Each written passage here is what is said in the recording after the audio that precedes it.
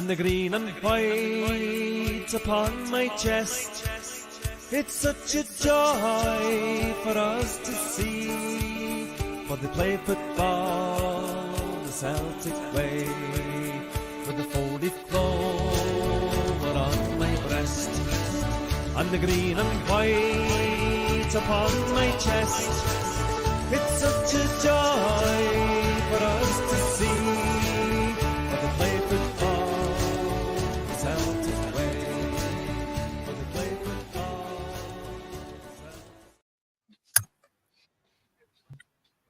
Good. How you doing? Gentlemen. Hello, everybody.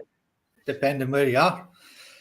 Ladies and gentlemen, Celtic 5, Falkirk 2. We have got a lot to get into this afternoon, gentlemen. But before we even talk about the Celtic game, before it kicked off, there was some breaking news in Scottish football. And it was our friend in Edinburgh, young Stephen Naismith, Andy, Heart of Midlothian Football Club, has today parted company with head coach Stephen Naismith and his assistants, Gordon Forrest and Frankie McAvoy. The club thanks them for and wishes them well. Not really much of a shock, Andy, but what's your thoughts on it, mate? I'm not surprised, mate. I said after or before the Celtic game, if he lost there, he was going to lose his job. I think, the start of the season they've been absolutely garbage. And I didn't think they're on their own that he was was competent enough to get them out of that. I don't think he had enough experience as a coach to get them out of that rut. And it's turned out that way. So absolutely no surprise with that. And personally, I've got no sympathy for him because he's somebody I can't go. So see you later, Stevie. See you later, son. I thought I knew that one was coming. So let's get to the manager himself, here, Davy. Davy, 132 days since his last victory, 8 defeats in a row, and only 44 days since he signed a new contract. Is that a surprising one for you that he went, or was it time up? It's a weird one when he signed a new contract. How they've come to that agreement when he wasn't actually performing well. That's the first weird point. What it does, it gives him a nice payoff because he signed a new contract, so they're going to have to pay him off. Yeah. But you can see it. You can see it in the standard and what they're doing. I'm never going to dig another coach or another manager, but there's a term that we all know when you hear it. When you've lost the dressing room, you've lost the dressing room. And you've got some of the players that Hearts have and the quality that they have, and we've seen them perform really well over the last couple of years with a similar bunch of players. There's something just not right there, and you're not getting the enthusiasm and the bite that you want. And maybe, as we've seen before with other players, just maybe coaching at that level is just not for him just yet. Yeah. Aye, no, you're spot on, Davey. And Paddy, are you on the same page as our Davey and Andy? Maybe just a big job too soon for him, or is it a learning experience, as Davey said? And is he going to go into bigger and better things? Did you see anything in there as a good coach? No great surprise, just the same as what the guys have said. To be honest, I'm a wee bit surprised that it's actually taken them as long. The results were very poor. I thought that day, as Andy said, the day at Celtic Park, I thought that might be the end of the line, but they gave him another wee while. So obviously you don't like to see anybody losing their job, but it is what it is. It's a results-based business. If you don't deliver the results, you only have to look at the league table. They're anchored at the bottom of the table there, getting knocked out of the cups already, so just not getting results. And from what I've seen, the bits and pieces I've seen for them so far, I don't know, that the players didn't seem to be playing for him. Just recently there seems to be that sort of lack of cohesion between the player and the manager.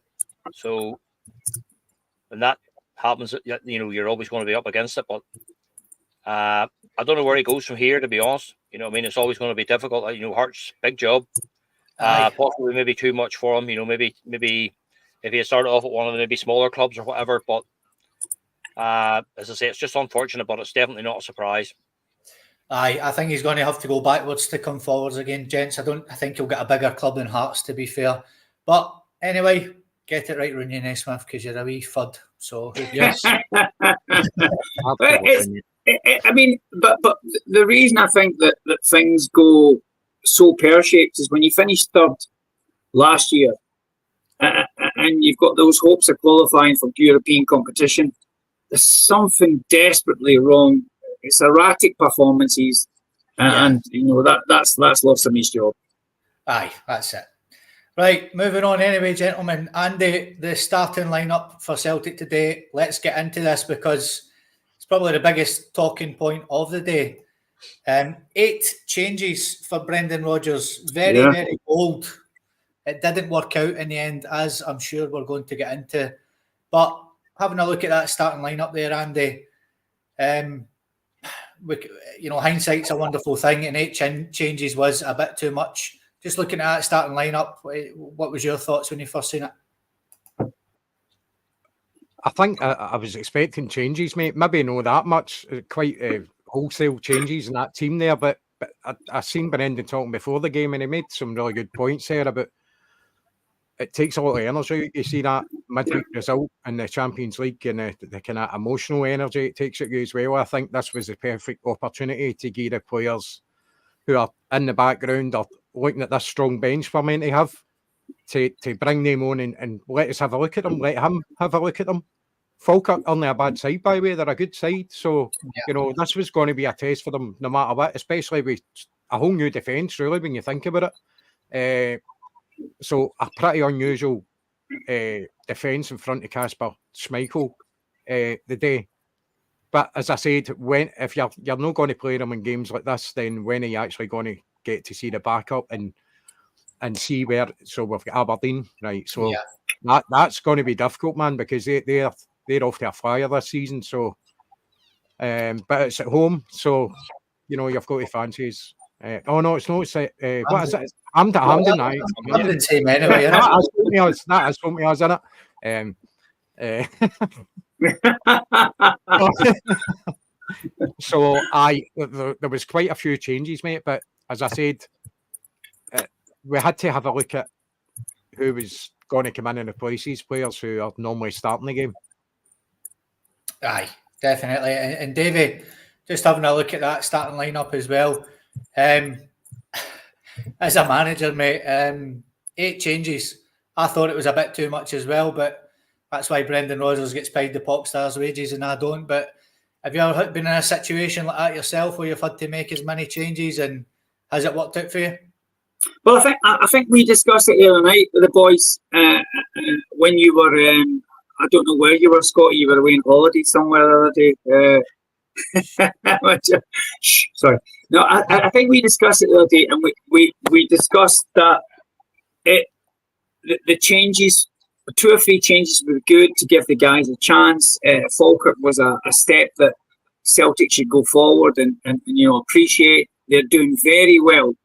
And they're engine in midfield and they press high. We did not. We spoke about it, and can be quite honest. We did not expect them to go to Celtic Park and press high and put the energy levels that we've seen them do in the Championship at Celtic Park. We sort of thought John McGinn would go, no, it's too big a game. But fair play to them. It's not about the Celtic changes. You've also got to look at what Falkirk did in that first half. And what Falkirk did in that first half. However, when you make 8 changes to a team that's so settled and playing so beautifully against Bratislava and in recent Premier League games, it's almost like a pre-season game. They don't know each other. They don't know the style. They don't know that you take the ball in your left foot and you're comfortable there. When you make 8 changes, you've got to accept that there's going to be a mismatch at some stage. And it was almost I think the easiest way to explain it, the planets lined up for Falkirk in the first half. Celtic made 8 changes. Falkirk played the best game they could play. And with the changes, Celtic struggled. Yeah, no, you're bang on. And Paddy, 8 changes, as we did see, was a step too far for Celtic. But as Davey alluded to as well, I thought Falkirk were excellent in the first half and thoroughly deserved to go in at 2-1 at half-time, mate, as well. You have to give them credit, absolutely credit, because we thought that they would probably try and maybe soak up pressure for the first 15, 20 minutes. But I think they took full advantage of the fact that we looked like strangers early doors.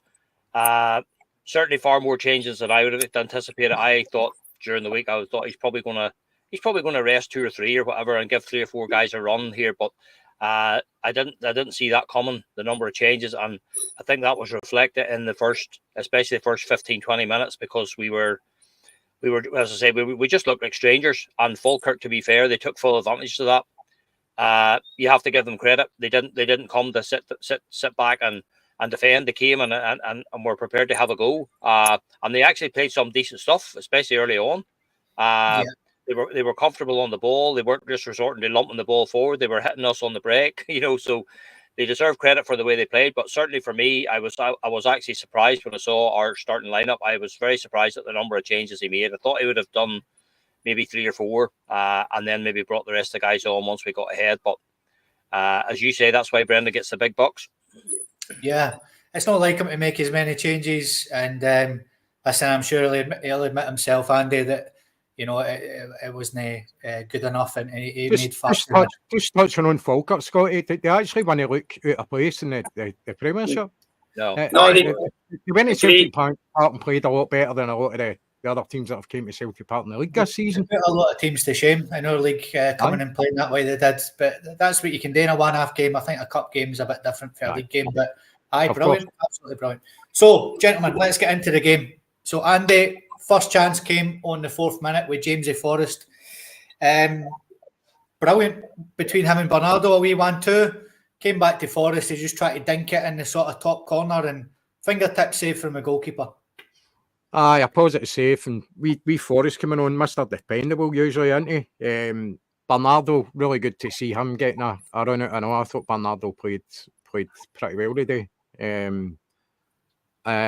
Wee bit unlucky with James there, we chip there, but pretty good start that early in the game.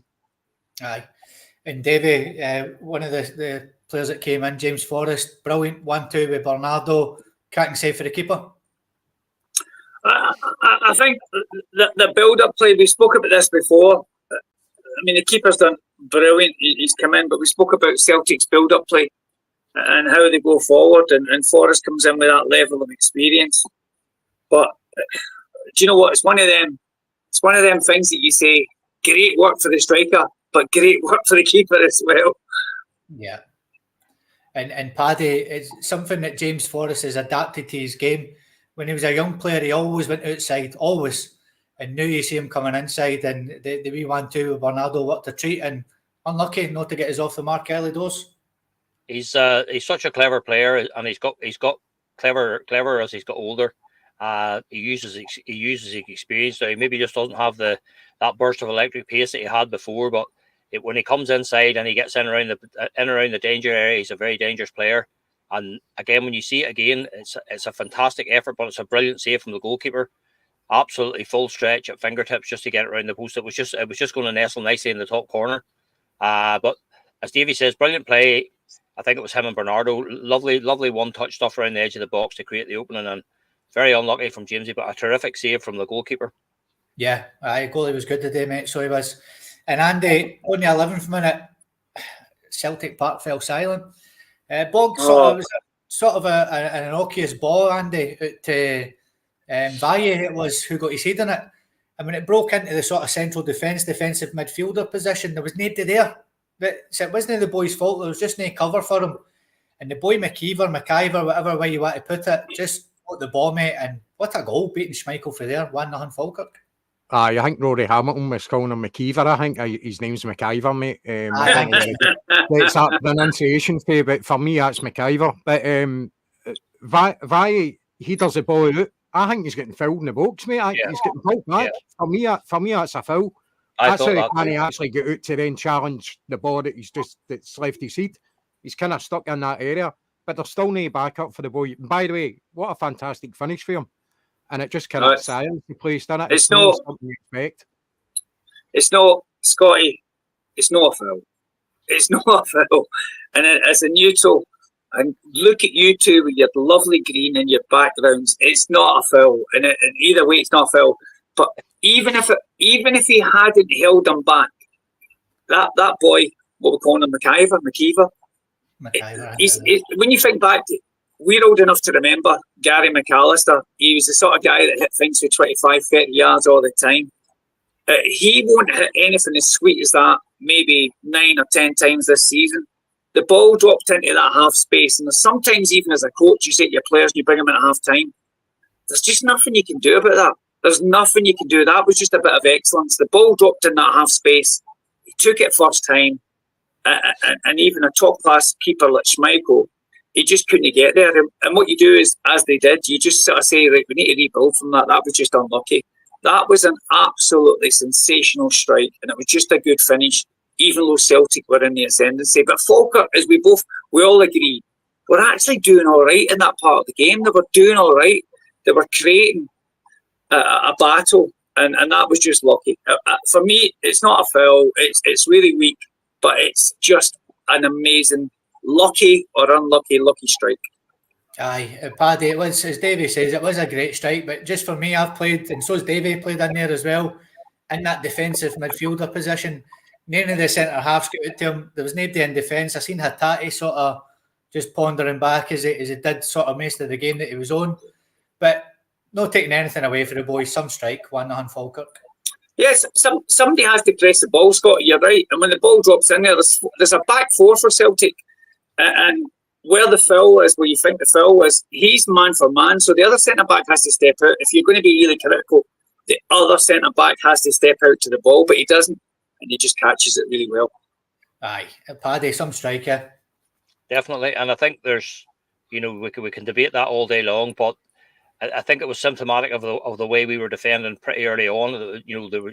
Nobody seemed to know who was supposed to go and pick the guy up. But when the ball drops on the edge of the box, it's probably as good a strike as I've seen from an away team at Celtic Park for a good while. Yeah, fantastic strike. The guy just couldn't hit it any sweeter, and to beat a keeper of Schmeichel's ability from that angle was top door finish. You can't take that away from him. I personally thought there was a wee bit of a foul just when the ball originally broke. I thought he sort of held him back. I thought he held Valley back a bit, but at the same time, the big guy was maybe just out-muscled him. Maybe you could say that. He maybe just was too strong.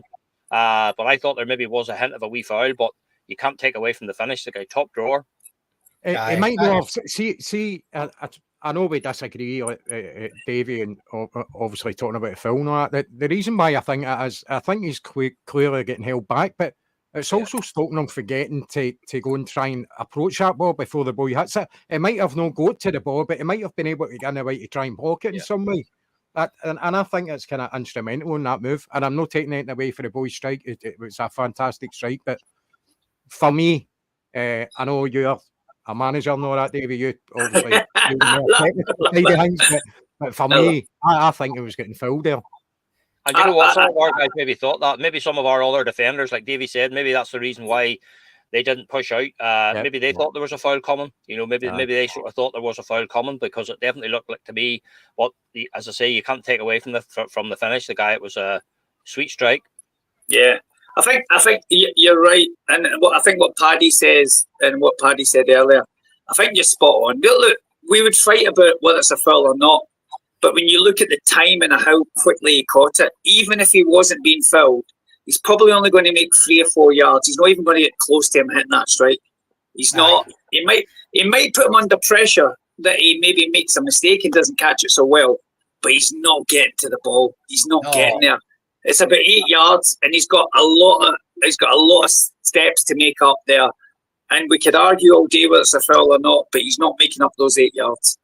I thought he was let down by the cover of the defence in the midfield. If I'm being honest, looking at it, that's the first thing I thought. The guy was in acres of space, and that wasn't Valley's fault. That was the cover. There was none there.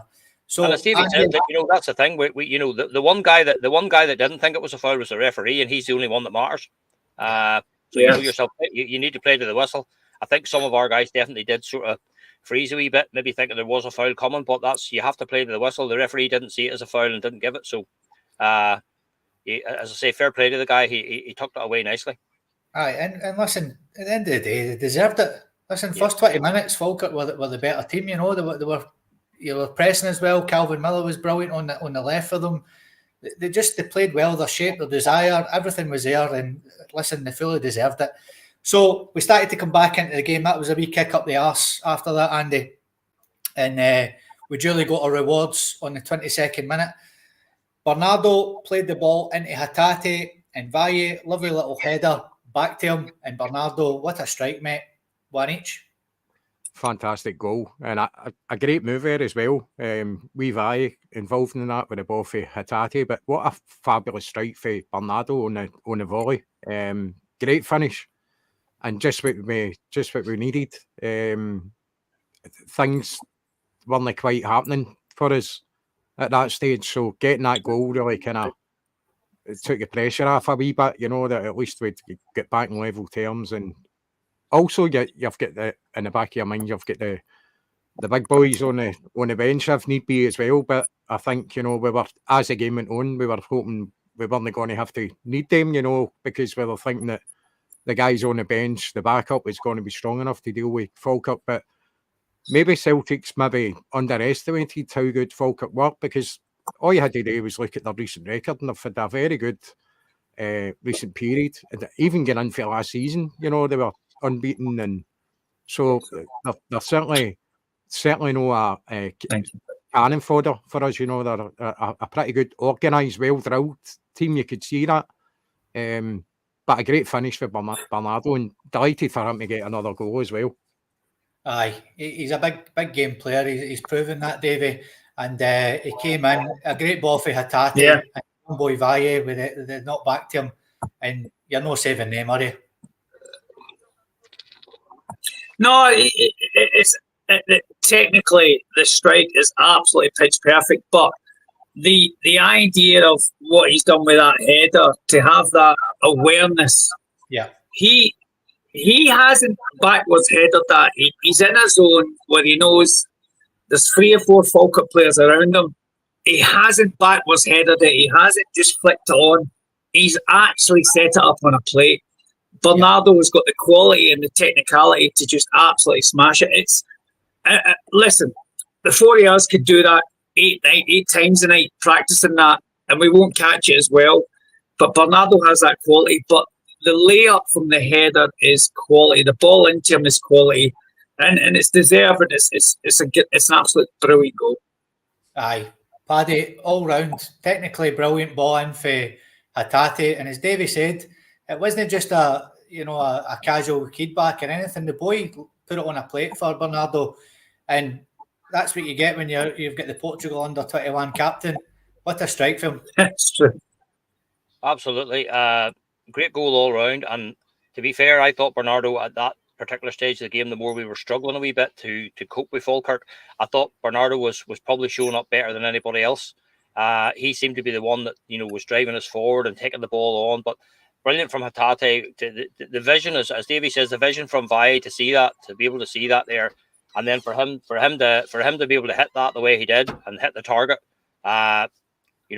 Control that, keep it on target, and the power to beat the goalkeeper. Nobody saving that one. It was a terrific strike. Aye, absolutely. A tremendous strike, and that's the quality you get, like I said, for the Portuguese captain. So, yeah. Andy, we're going in at half-time, looking like one each. Thought there might be a few changes, stuff like that. And then just before the referee's about to blow his whistle, Falkirk get the ball on the right-hand side. Just looked like a simple ball into the box.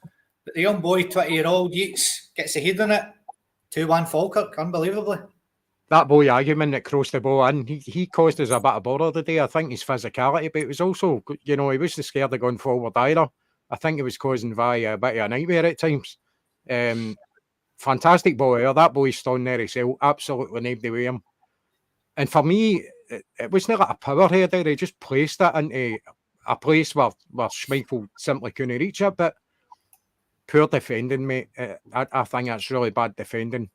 And as we spoke about earlier, it's a whole new defence as well. But really, you need to do better than that. It's to allow somebody that much time in the box to simply just pick whatever header they were under, no pressure at all. It was poor, very poor for Celtic's point of view. Aye, and from a manager's point of view, Davey, changing the whole defence like that, it certainly showed with the 2 goals for me, with the 2 centre-halves. Like I said, there was no cover for the first one. And when that ball came in, there wasn't a centre-half anywhere near it again, and 2-1 Falkirk. So from a manager's point of view and from a coaching point of view, it's not actually, for me, it's not actually the defence's fault. He's drifted in from midfield. He's got to be followed by somebody from midfield. The back four have got a job to do, which is protecting that line in front of the goalkeeper. There's no doubting that the ball inside is great. His header's absolutely fantastic. He's put it back across the goal. But if you expect your back four to be up on every striker, then your back four don't have the shape that you want. You know, that line to protect the goal. He's drifted into midfield. Somebody in midfield has let him go and hasn't tracked the runner. And that for me is criminal. And what you do is you go back, you look at it and you see, well, where did he come from? Where in midfield did he come from and who never tracked him? Because for me, where he headed the ball, I don't want my centre-backs and a cross out there at the penalty spot. I want my centre-backs along the line of the 6 yard because that's their job. But their job is to protect the goalkeeper at the goal. He's come into a midfield area and you guys are right. It's great. It's a great finish. Something went wrong there, but I wouldn't blame the back four. I'd blame the midfield. Interesting. That's why we've got you on, Davey, to get this sort of insight. So, Paddy, twice, that looks like the midfield's, not been there for cover. So that's something that Brendan will see and obviously your Davey's seen as well, which is fascinating to get the analysis on that. But no complaints anyway. Cracking goal again. And Falkirk deserved to win at half-time, 2-1 up. I didn't have any complaints. Good goal for the boy. No, we certainly couldn't have any complaints at the time. Everybody thought when we got back to 1 each, right, there we are, normal service is restored here. But most teams might have folded under that. But to be fair to Falkirk, they kept to the game plan. They kept to their doing what they were doing. And again, that ball, that's the one that was giving us most trouble in the first half, was that ball down the right-hand channel. To be fair to Vi, that big guy that he was playing against, big pacey physical guy, wasn't the easiest guy to be making your debut against down that side. But like Davey said, exactly that. There was too many times in the first half. It happened a few times even before they scored the second goal, where we weren't seeming to pick up the runners coming through the middle of the field. Now, whether that was Callum not dropping back, or Hatate, or Bernardo, or whoever, we didn't seem to pick up the runners coming back. And it happened a few times. We'd already had a few wee warning shots there before. And for me, watching the game live, it certainly wasn't a shock or a surprise to see them taking the lead. Yeah. So Andy, Scotty, just to say it. I'm online while we chat. I always go online and I look at things live. I've just freeze framed the moment that he headed the ball. Celtic have 5 players defensively, almost a lovely straight back four. But Falkirk have 5 players coming in, and there's absolutely no midfield anywhere to be seen. There's nobody tracking. And if he didn't header it, there was another Falkirk player right at the edge of the box on his own. So the tracking back from the central position, on my freeze frame picture I've got, just he's about to header it, there's 2 of them there. There's 2 Falkirk players to the right, and there's a Falkirk player in the D on his own. So there was 2 or 3 players that could have finished that there. They were lining up then. They were lining up. And for me, that asked the question of why were the midfield not tracking back? Aye, very interesting. That's why we've got you on, Davey. Like I said, it's brilliant to get that sort of analysis, mate. No, thank you. Honestly, that's brilliant. So, Andy, the game finished at half-time, shockingly and surprisingly for everybody, because I thought we had Celtic winning at a canter today. Celtic 1, Falkirk 2. Just give us your overall thoughts on that first half, Andy. No good enough, mate. Slacking in a lot of areas. I put 2 lackadaisical, slack passing, no reacting to a lot of the second balls, and I thought Hatate losing the ball far too much. Aye, again. Aye, so it wasn't the best pleased, and it's an absolute terrible time to lose that second goal as well, just before half time. Because the next thing was the referee blew the whistle, and that was us back up the tunnel for half time. So we're getting in on a downer. So no good enough. But that's I'm not even going to say it, because a certain other individual that gets clipped on everything he says is starts with the word D. So I'm not going to say it. I wasn't happy. That's fair enough. No swear words a day, Andy. Not had any rum. No, yeah. It's a Sunday, mate. It's a Sunday. It's a Sabbath, so the language shall be clean. So, Davey, no complaints, mate. Falkirk deserved to get 2-1 up, didn't they? Simple as. I think we spoke about it the other night and we called it.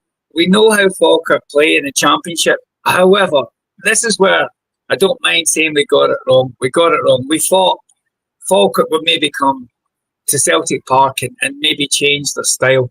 They didn't. They came and they played for that engine, the high press. Mr. McGinn's got them. McGlynn. Super John McGlynn. McGlynn, sorry. He's got them playing a real high intensity football. And John McGlynn's got them doing what they do. And as we go forward and chat about it, it's actually their downfall in the second half, how they play, because you can't maintain that for as long as they did. But they maintained it for 45 minutes. And yes, you're right.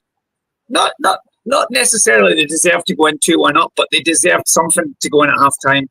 And it certainly wasn't 1-0 down or 2-0 down. Falkirk deserved everything they had. But inevitably that became their downfall in the second half.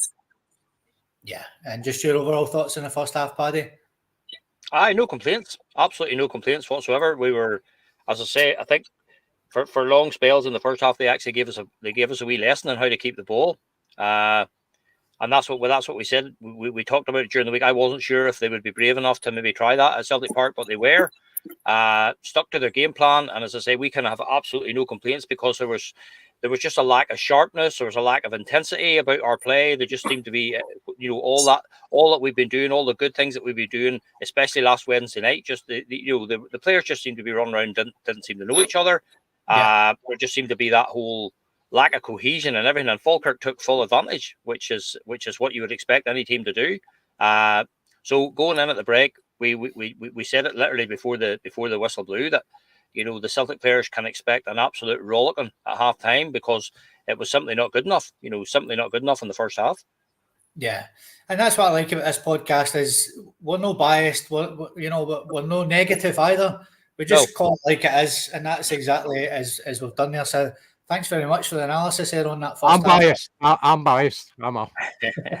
Aye, Andy is. I was about to say that. I'm not sure. I'm not quite sure you can say that. We're no biased. We're no biased. Only Andy is. Andy's definitely biased for sure, 100%. Andy only wears green spectacles, and Andy, everything they do is brilliant. However, he wears green spectacles, but he's got a great vision of football, which is brilliant. Aye, exactly. Thank you very much. I'll send you that money later on, Davey. Two Mars bars and a Snickers, please, Andy. Scottish money does the work here, Andy. All right. Oh, by the way, can I say something which has nothing to do with the podcast? Can I just say something? We were in town this afternoon in Gibraltar, and I was with my daughter. We were watching the Arsenal Forest game. She went away. She's like, "Dad, can I go shopping?" I was like, yeah. Look, here's an extra £5. Off you go. And she's like, "Oh, thanks, Dad." She came back and she went, "The woman wouldn't take it. They don't accept Scottish fivers." She said, she just heard me. She's like, "Dad, that was right. The woman wouldn't take the £5 note." No, she wouldn't take it. She was like, "No, I can't have this." And I'm like, "Why?" So our money isn't accepted here, guys. I'm sorry about that. Let's go back to the podcast. Good anyway outside of Scotland. So Andy, the first chance we had in the second half was Adam Ida get taken outside the box, just outside the box. And Bernardo shaped it up and it looked as though it was going in, mate, until the boy got a wee head on it. But looked like a cracking free kick just until that boy got a touch on it. He was unlucky. Aye, deflected over the bar, but you've seen it the view from behind the goal when it's like if it didn't make that deflection, that was going in the back of the net. I think it was a superb strike. Unfortunate enough for Falkirk, the defender got to tap his head on it, but it's just a wee bit concerning there that it took nearly 10 minutes into the second half for us to really kind of do something. You think you're getting in at half time and Brendan's putting his boot up certain people's arses, and it didn't seem to make a difference when they first came out for the second half, did it? That was the first real kind of opportunity. Aye, just touching on that then, Davey, again, from a manager's point of view, I was quite surprised that Brendan never made any changes, and they came out and Falkirk looked the better team again. You know, there didn't seem to be any change, any cohesion in that team. Was that surprising for you looking at it, that you never changed anything up? No, I think I've come to learn that even as a coach, when you know you're in the ascendancy and you're going at half time and you're going, look, we're 2-1 down. Look, Brendan's probably going in and say to the boys, we will win. We'll win this game. We should be better than them. We'll win the game. But what I've come to learn, and it's kind of weird as a coach, I've stopped panicking the first 10 minutes after half time because you need to refine the flow. But what fans will do and what everyone will do is going, that chance has got to go, that's got to go. And then that nervousness then translates to the players because the fans go quieter and they're screaming, you know, it's 47 minutes, it's 53 minutes. And then you've got a guy like Brendan Rodgers who knows, and he's like, all right, we're still 2-1 down. We've hit 55 minutes. Now it's the time, or 60 minutes to make the changes. You need to ride out that first 10 minutes after the second half. And as we do here in the podcast, we chat about it. People will be like, yeah, but that was the time to score, or that was the time to change the game. Well, actually, it's not. It's the time to take hold of the game and then just reassert yourself as the team who are the dominant team, which Celtic then did. Celtic sort of reasserted himself, and then the changes made it better. And I think, I'll be honest, as a young coach in my earlier years, I'd have been straight after half-time screaming at my players, it's got to be done, it's got to be done. But now I look at it differently. I think what we need to do is we need to earn the right to play. We need to get back in the ascendancy, use that 10 minutes. Celtic, but don't get me wrong, Falkirk had a couple of good chances as well. But Celtic had some good chances. It was almost an end-to-end game. But with the quality that Celtic had in the bench and the squad size and what's going to happen, I think you've got to give Brendan his due. He may have made a mistake with what he went with to begin with, but he changed the game. And we can talk about these wee minutes at 50 and 60 minutes now and go, oh, well, it wasn't good enough. But actually, the end result is the result we all wanted. Yeah, of course. And Paddy, I mean, were you surprised that Brendan never changed it out? It's all right, hindsight's a wonderful thing. Now we're sitting pretty at 5-2. But were you surprised he never changed anything up at halftime? I was a wee bit, Scotty, but at the same time, we did sort of say that, you know, he's going to give them 10, 15 minutes to see if they can, you know, if they can lift the intensity. I think that's what's missing most of all. Yeah. The thing for Celtic is that's the one thing I can see, and we touched on it recently again, even under Ange. You know, the one thing that we do, we stick to the process, and the players keep doing the things that have been working for them. They don't panic. You know, now we're panicking, and you're looking at the scoreboard, and you're looking at the clock, and another chance goes a begging and stuff, and that's only natural that the supporters start to panic. But manager stays calm, the player stays calm, and they trust the process. So they trust what Brendan has been put in place because it's been working, and they just keep doing what they're doing. Now, definitely when the changes came, they lifted the level for us. The guys coming on made a difference. And as I say, you know, the guys who started the game for me, again, it just was probably too many, just, you know, because they hadn't played together for so long. That relationship with the goalkeeper and the two centre halves is very important if you don't have that, and the fullbacks and stuff like that, and players, you know, as Davey said earlier, you know, knowing if somebody wants the ball on his left side or his right side, that, you know, you have to play together a few times to get that. But as I say, the one thing I was impressed with the fact that we didn't panic. We never ever got to the stage where we panicked. We just kept doing the simple things. We kept playing our football. We kept trying to get the ball wide. We kept trying to get the ball into the box. And you know, for me, that was the impressive thing. There was no panic at any stage. There was no panic. And probably apart from, as I say, Brendan probably reminding them at half time that you've no right to win any football match just by turning up. You have to work hard, and you have to earn the right to play, and you have to earn the win. You know, so, but just no panic from them at all. And as I say, the players just seemed to stick to the game plan, and they were confident enough that if they stuck to the game plan, they'd eventually get what they needed. Paddy, I'm looking for an assistant manager. There's a job there for you, mate, if you want it. I am looking for an assistant manager, someone that speaks as wisely as you do. Can you come and work for me, please, mate? There we go, Paddy. Perfect. So on the 60th minute, Andy, Brendan rung the changes, and 4 of the players for me that were absolutely honking, he took the 4 of them off, which was good to see. Oh, So Hatate, okay. Okay. come on, they weren't honking. Okay. Hatate came off, Okay. Eagles came on, Palmer went off, Yang came on, Forrest came off, and the mighty Kuhn came on, and Valle came off, and Greg Taylor came on, Andy. Give us your thoughts on the 4 substitutions, mate. They were needed, and Yeah. I totally get what Paddy and Davey are saying about obviously you need to gain them a wee bit of time after half time, but they were absolutely needed. I think it was so evident with the type of play we were playing, and it's just kind of relying on the players that we know exactly what they can do, and that's the reason why these guys normally start the games. Is because the quality, the jumping quality is quite evident there. So I was delighted to see them coming on. Kuhn, I've said it afore on here about Kuhn. I know he had his issues last season, but he's been absolutely fantastic this season. He's so direct, he's so positive, and he's so dangerous on the ball. What he contributes to Celtic in a game is just unbelievable. So I was delighted to see him come on. I was a bit surprised with Yang, right enough. He's been out of the picture for a long time, mate, but he's on the bench and he's a forward-thinking player.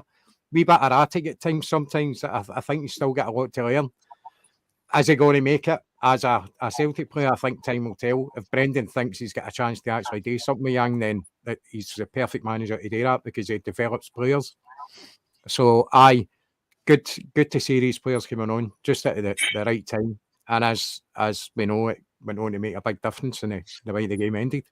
For sure. And Davey, I only said the word honking because I seen your wings in the background. It would have been it would have been much worse. That was a filter, sorry.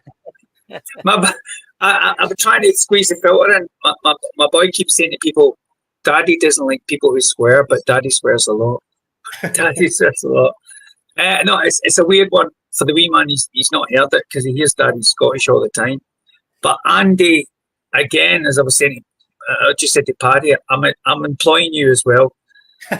What you said is absolutely spot on. What we were just saying about you have to give it that time, and you have to give it that time to see if there's a change. You can't come out straight after half time and make changes. One, they've not got the pace of the game, and 2, it's hard. There's not very managers in this day and age make changes at half time.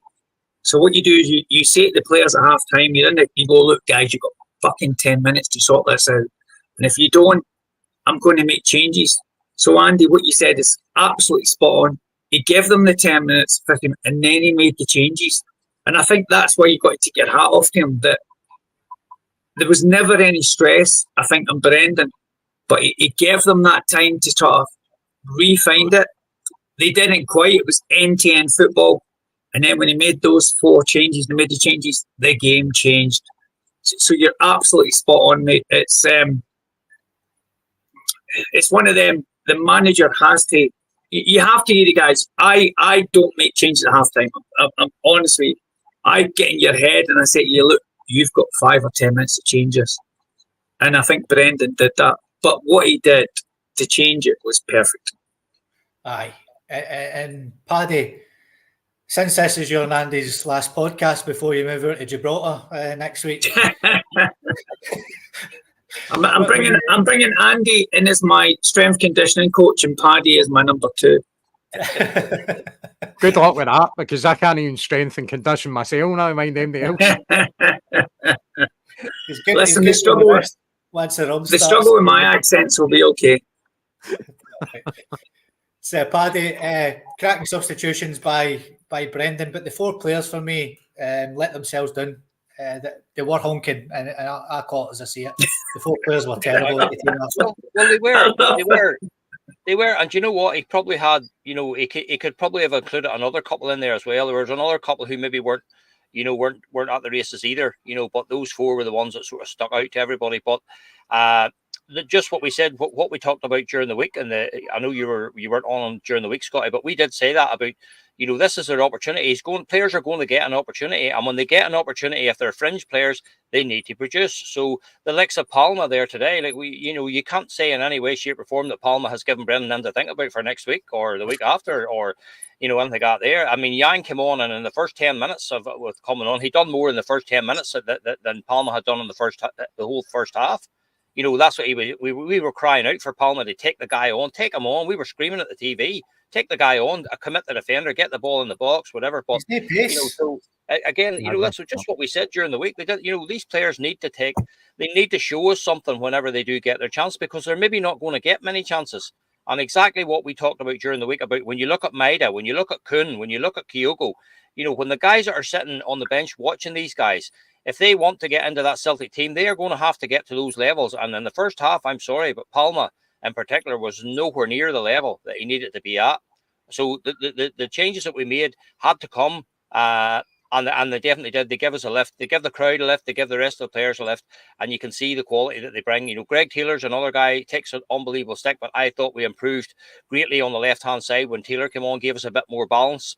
Big angles again. You come on, the guy's just a Rolls Royce, so they did give us a lift, and it was no surprise that the game ended the way it did when you're able to bring that kind of quality into the team. Yeah. So can I, Scotty? Sorry, host. Sorry, myself. Can I say something as a neutral? Can I just say something? Isn't this amazing that we're chatting about it? You love Celtic. You love how it is. Bear in mind, we won 5-2 today.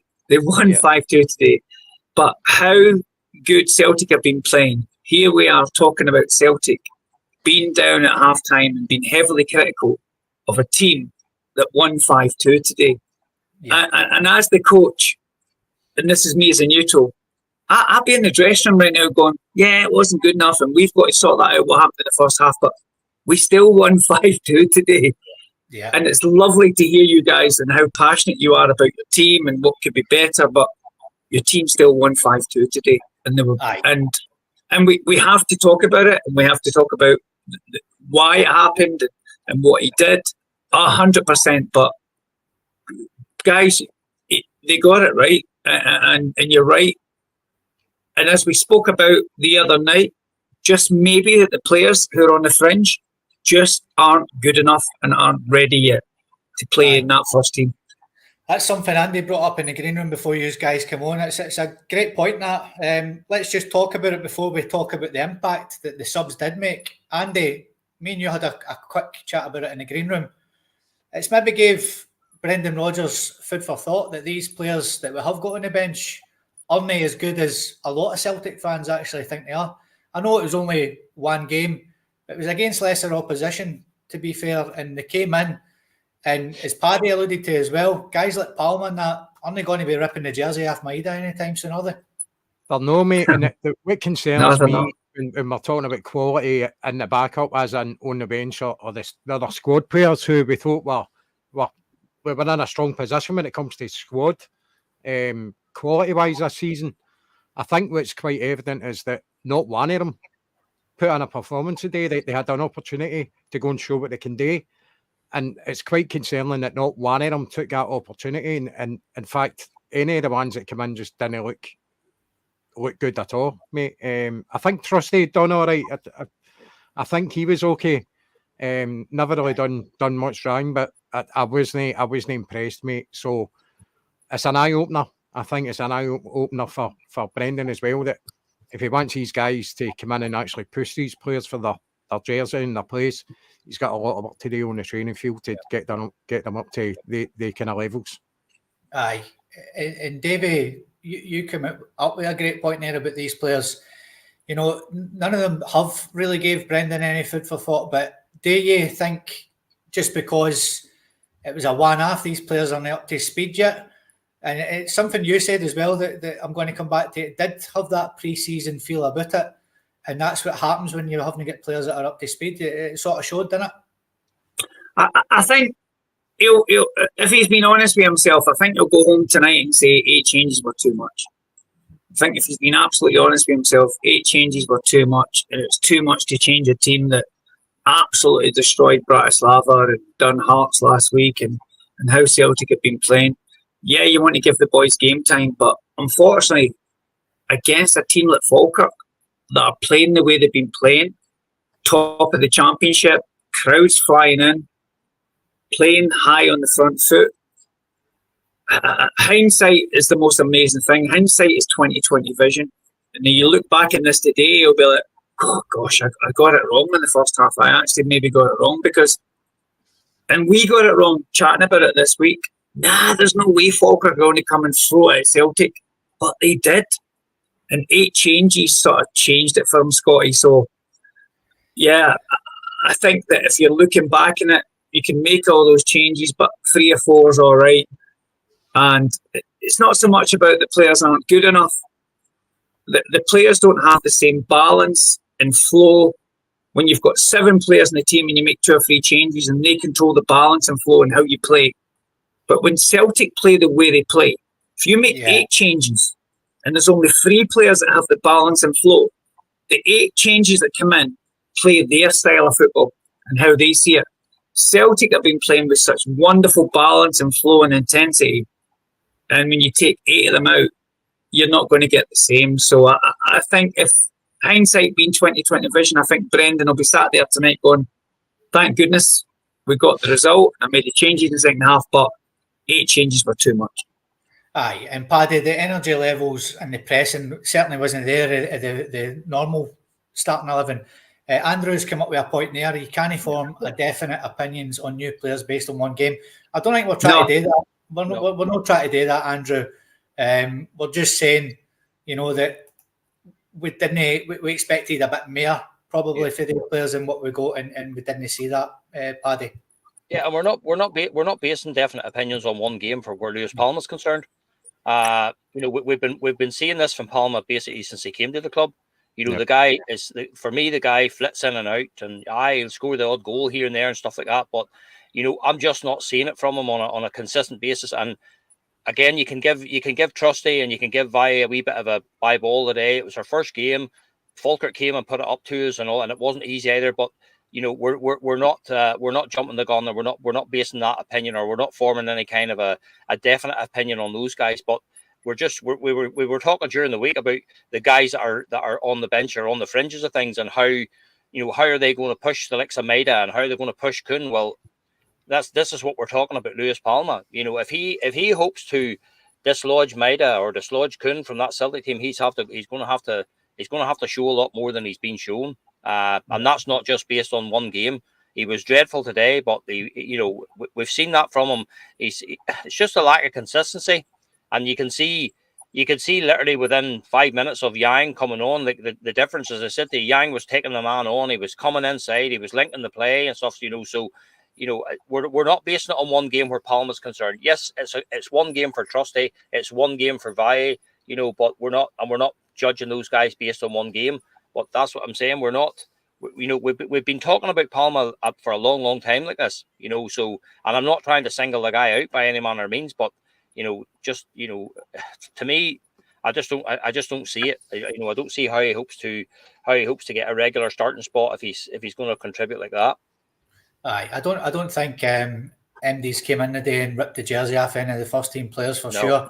But one of the guys you spoke about there, Yang, he came on and he got the first sort of chance after the substitutions where he sort of cut across the box, had a shot, maybe should have laid it after Bernardo.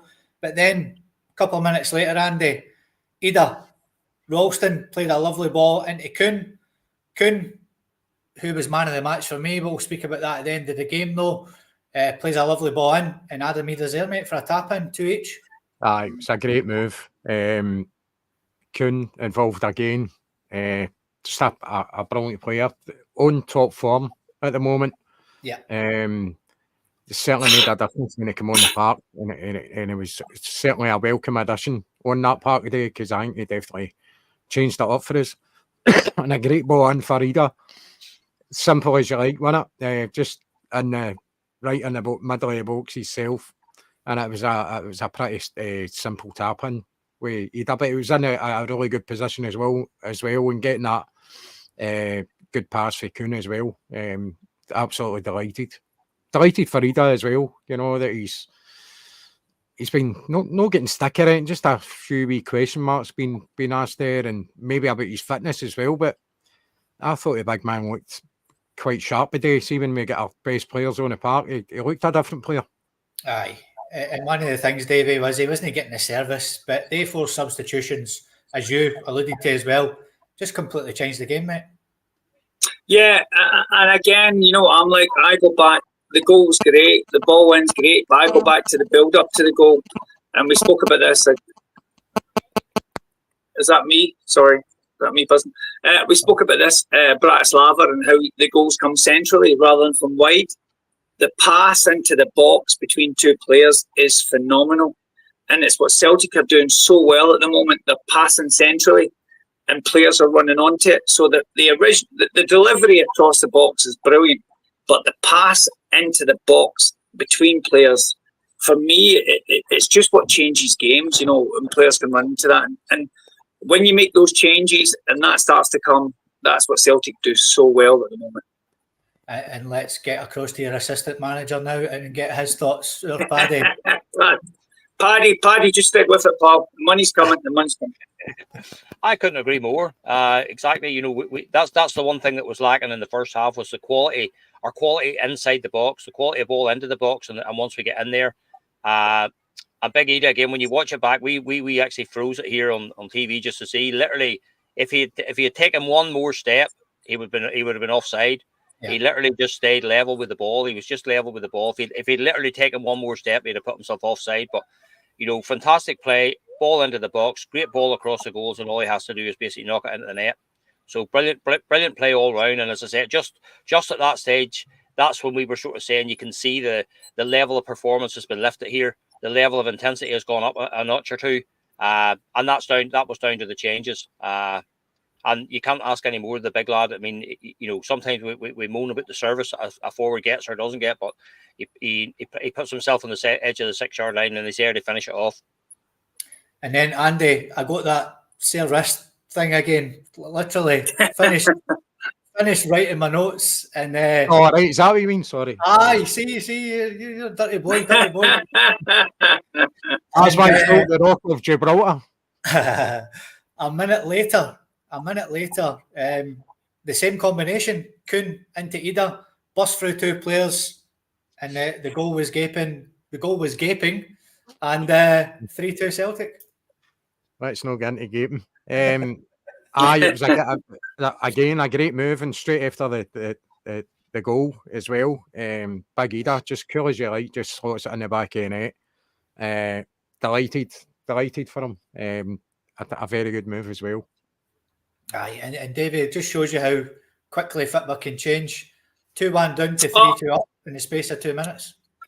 Yeah, and so really, I look at it in the coaching point of view. It's really poor defending from Falkirk to have 2 players, and he's gone through them without even a bit of skill. He's not dropped a shoulder.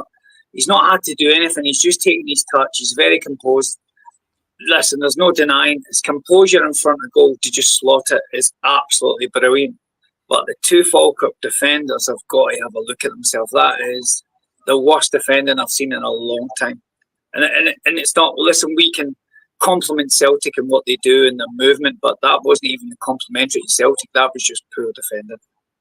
Aye, but Paddy, it was good to see the big man. I think they were scared to touch him because he could have just hit the deck if any one of them came anywhere near him, and we would have got the penalty anyway. But it was all about Kuhn for me. Kuhn again, brilliant. He was the man for me that came on and changed the game, Paddy.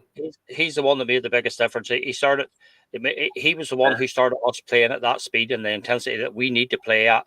You know, we've said that earlier on this season. When Celtic play at that level and at that speed and show that intensity, there's very few teams that's going to be able to live with him. And that's what I like about Kuhn. He only wants to go one way. There's no such thing as come back the way, or he wants to get the ball down. He wants to drive forward. He wants to drive into the box. He wants to commit defenders. And when you do that, that's when chances open up.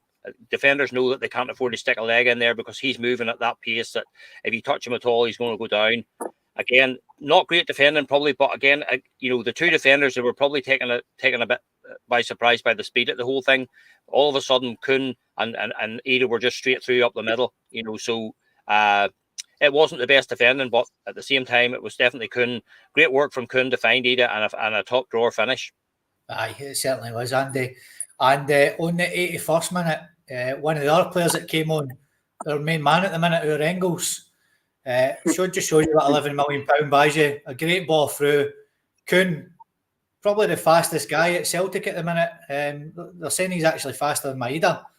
Clean through and goal, miles onside, nobody getting anywhere near him, and it was a Larson-esque finish, mate. Dinks it out of the keeper, 4-2.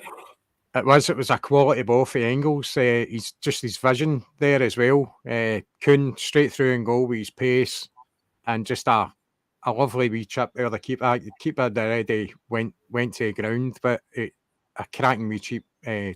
The keeper, fantastic goal. That then makes it 4-2, and we're cruising at that point, aren't we? Really, but again, Kuhn involved, but a fantastic ball for Engels. Another quality addition to this team this season. It just looks to be getting better and better.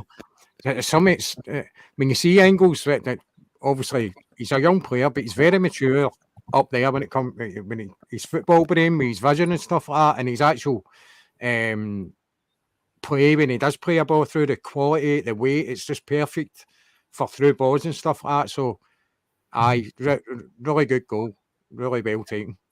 Aye, and Davey, I know you're a massive fan of Engels already. Watching him, he's well above his, the years. He's only 21-year-old, mate, just turned, and a brilliant ball for the midfield. Plays Kuhn through. Nobody's catching him, and a great finish.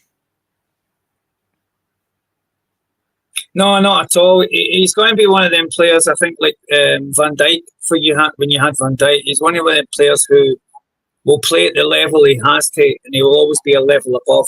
He's an absolutely sensational boy. The boy is phenomenal. But thanks to you guys and me watching Celtic more and watching the game more, it's not just Engels, it's Bernardo. It's Dalmeida. I've not watched Scottish football. I won't lie to you. I've not watched Scottish football for years, and now I'm starting to watch it because I don't want to be caught out sitting here chatting about it. And to see the players that Celtic have, it's really surprising at the talent they have, Scotty. It's Engels especially, but Bernardo. You can name almost the whole team. It's really surprised me how good they are. Yeah, they're gonna make big waves in Europe this season, I think, Davey. And like I said, it's good for you as a neutral to come in and see it. And we all have banter with all my English pals and that, as you know, and stuff like that on social media. And they're in for a shock with Celtic this season, for sure. Paddy, nobody's catching Kuhn. Great ball for Engels, 4-2 Celtic.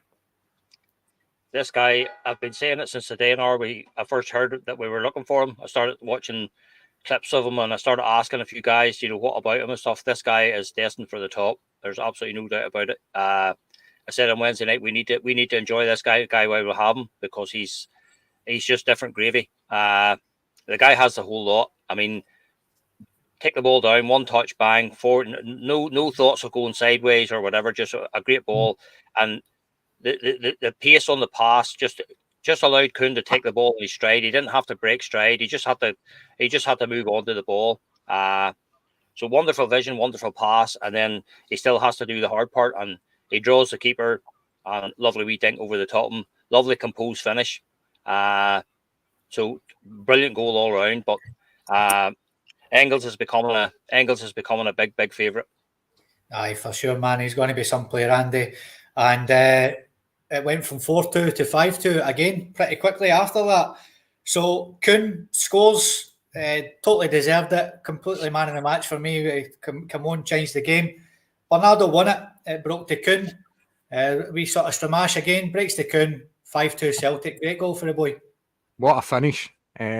Superb finish, for outside the box. Brilliant move. And good having Bernardo involved there as well.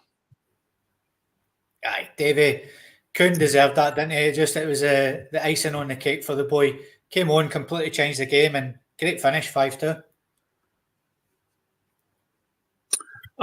There's a little taste of just how good he is. When you think of talk about Kuhn, but when you think, for me, and how his movement and how he is and his balance.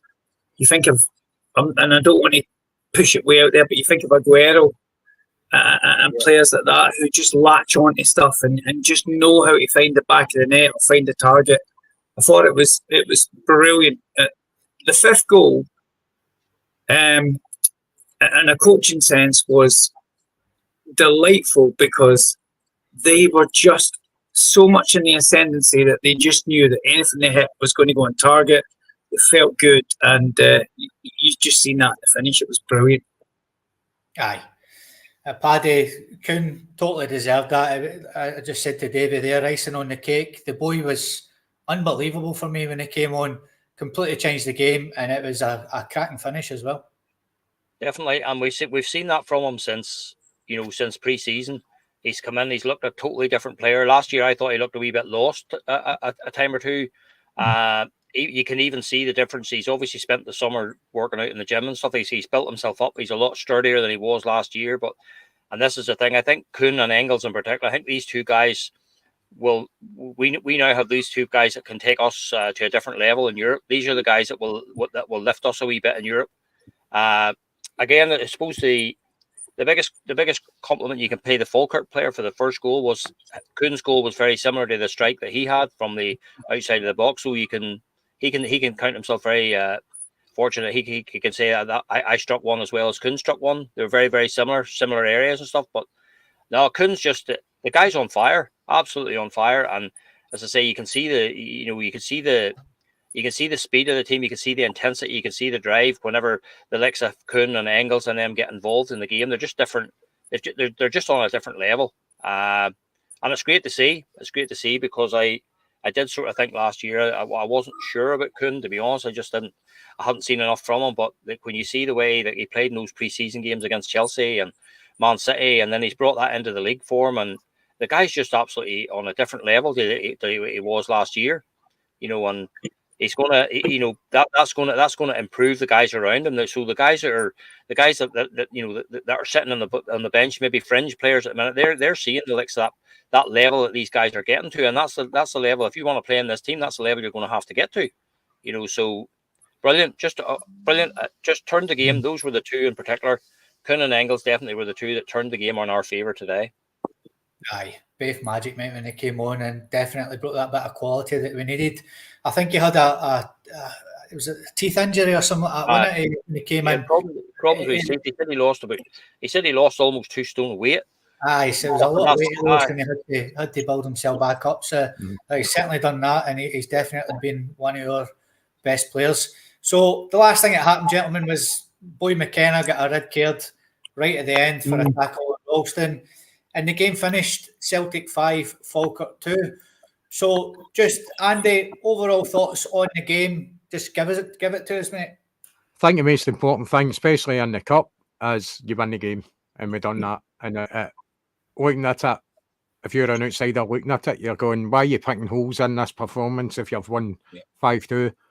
But there's more to the story than that. I think we've been used to Celtic playing a certain way, and obviously the wholesale changes have obviously made a difference to the way we've performed. But fair play to Falkirk. I thought they were done really well today. So I'll be watching them in the future, and no doubt they'll be in the Premiership if they keep holding it up. And it'll be a welcome addition to the Premiership because I think they're better than quite a few teams we've seen this season. So fair play to them. But delighted with the win.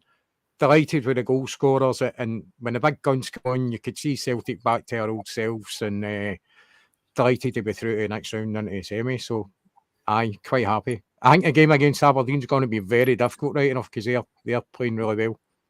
Aye, and Davey, just for a tactical point of view, mate, I think Brendan's going to admit himself we don't get the opportunity to see the post-match interviews that he's done, but I'm sure he'll admit that 8 was too many, but he certainly got it right in the end. And as Andy said as well, this is a post-match show, so we have to sort of pick the holes that we do see in the game, and we did see them in the first half. There's no point in denying that, But overall, I wouldn't say a tactical masterclass for Brendan Rodgers because we conceded 2 goals, but in the 8 changes, but he got it right in the end, Davey.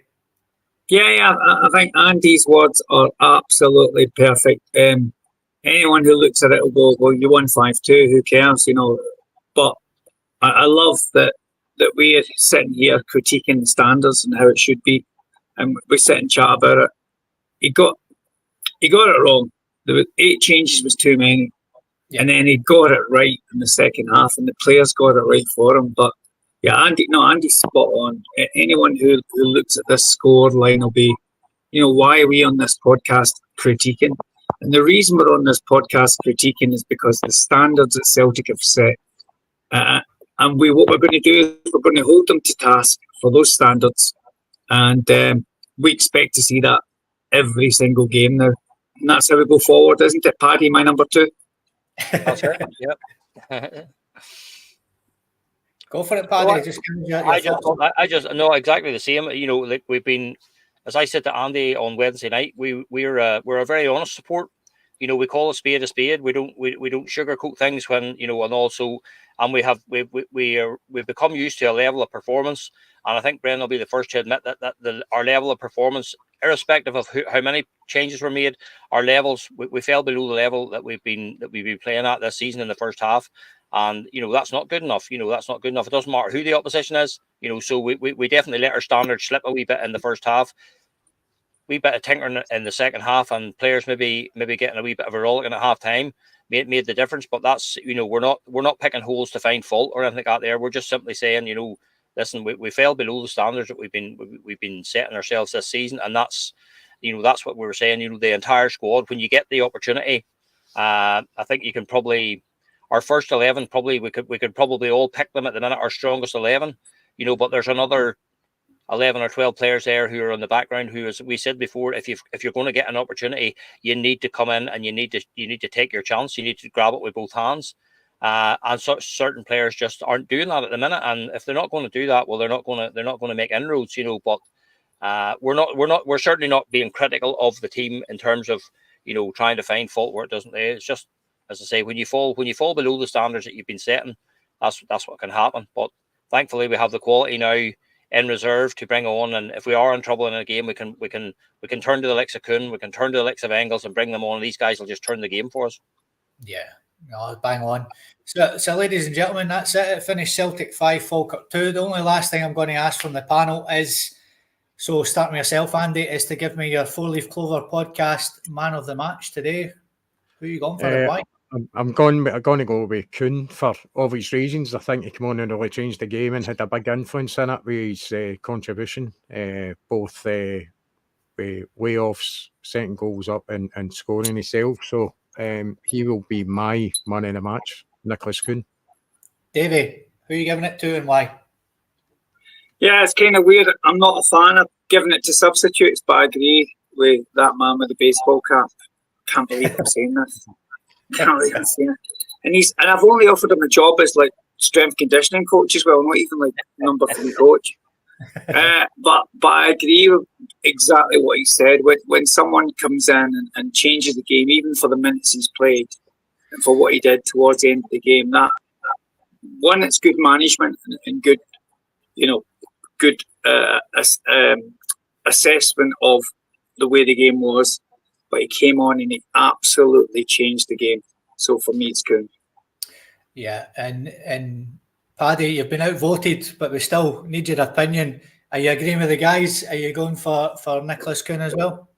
You can't go for anybody else, Scotty, today. The guy turned the game on its head absolutely the way, he just lifted us to another level, ably assisted by Engels. You could have probably given Engels a shout too, but because Kuhn got his goals and set up the goals for Ida as well, he was involved in everything good about the performance at the finish. So I don't think you can go for anybody else other than Kuhn today. So Nicholas Kuhn gets the 4-Leaf Clover podcast bottle of water for after enjoying the dressing room with the boys. So that's us, gentlemen. So thank you very much to Andy, to Davey, and to Paddy for joining myself this afternoon. We're through to the semi-final and we've got Aberdeen. Please tell your pals about this podcast. Please like, share and subscribe. If you haven't subscribed to this podcast, we were about 20 away from 600. Please get us to 600 today. That would be great.